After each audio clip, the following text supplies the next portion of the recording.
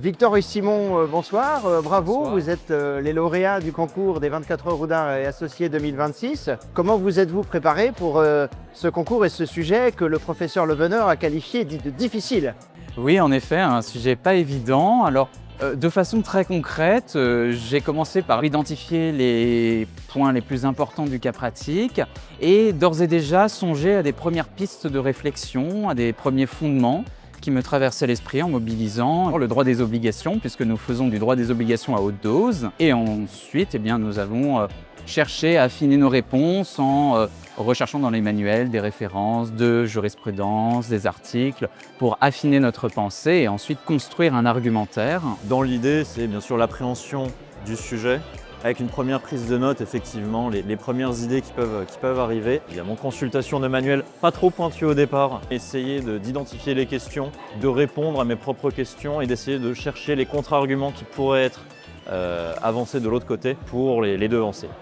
Comment ce concours est-il perçu au sein de votre master? Il a une excellente réputation. Nous entendons parler du concours dès la rentrée universitaire. Les étudiants de la promotion précédente nous l'avaient présenté lors de la réunion de rentrée. Donc c'est un événement qui est attendu avec impatience par les étudiants, et notamment parmi ceux qui veulent se destiner à la profession d'avocat, mais pas exclusivement, puisqu'il me semble que parmi les participants cette année, tous ne veulent pas nécessairement embrasser une carrière d'avocat.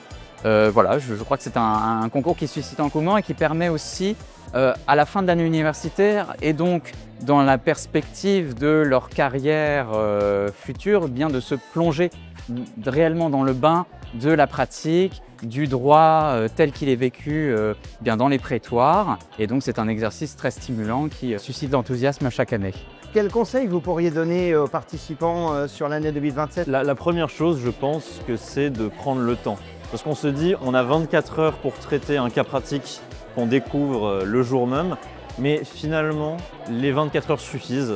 On n'a pas besoin de se presser. Donc vraiment, le premier conseil, ce serait de se poser, de prendre le temps et après d'essayer d'être le plus méthodique possible. Vu que c'est un travail en binôme, se répartir les tâches relativement tôt, pas dès le départ, histoire que chacun ait des choses à dire sur l'ensemble du sujet, mais assez vite tout de même répartir les tâches pour aller plus vite dans les recherches. C'est assez important de ne pas oublier les petits détails, tout ce qui va être le droit applicable.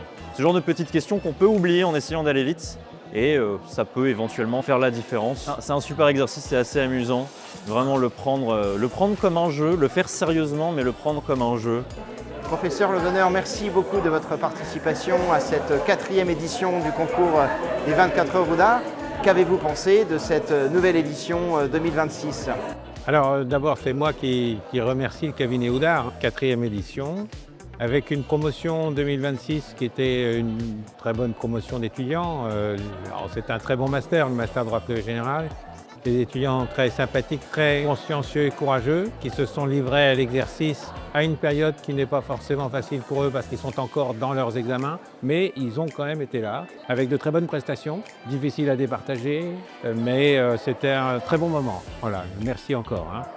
Et quel est pour vous l'intérêt de cet exercice sur la perspective professionnelle, la future carrière de ces étudiants? Je crois que c'est un exercice qui a beaucoup d'intérêt.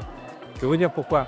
L'année de master, c'est une année dans laquelle on approfondit les connaissances de matières fondamentales, droit civil, droit des obligations tout particulièrement.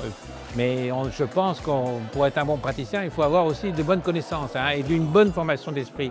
Et là, précisément, à ce stade de l'année, vous leur proposez un sujet qui est un vrai dossier. Et là, c'est une fois où, ça y est, c'est de la vraie vie qui commence au fond. Et donc, je crois que pour eux, c'est un excellent exercice.